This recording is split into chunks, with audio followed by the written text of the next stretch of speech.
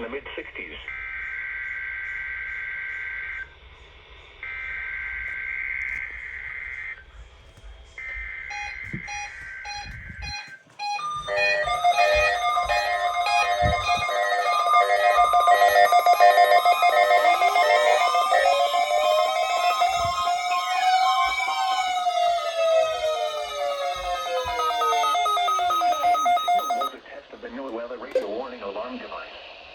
During potentially dangerous weather situations, specially built receivers can be automatically activated by the signal to warn of the impending hazard.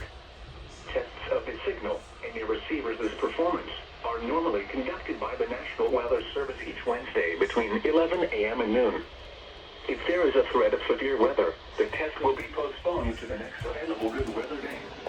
Reception of this broadcast, and especially the warning alarm tone, will vary at any given location. This variability, normally more noticeable at greater distances from the transmitter, can occur even though you are using a good quality receiver in good working order. This concludes the weekly test of the NOAA Weather Radio Warning Alarm device.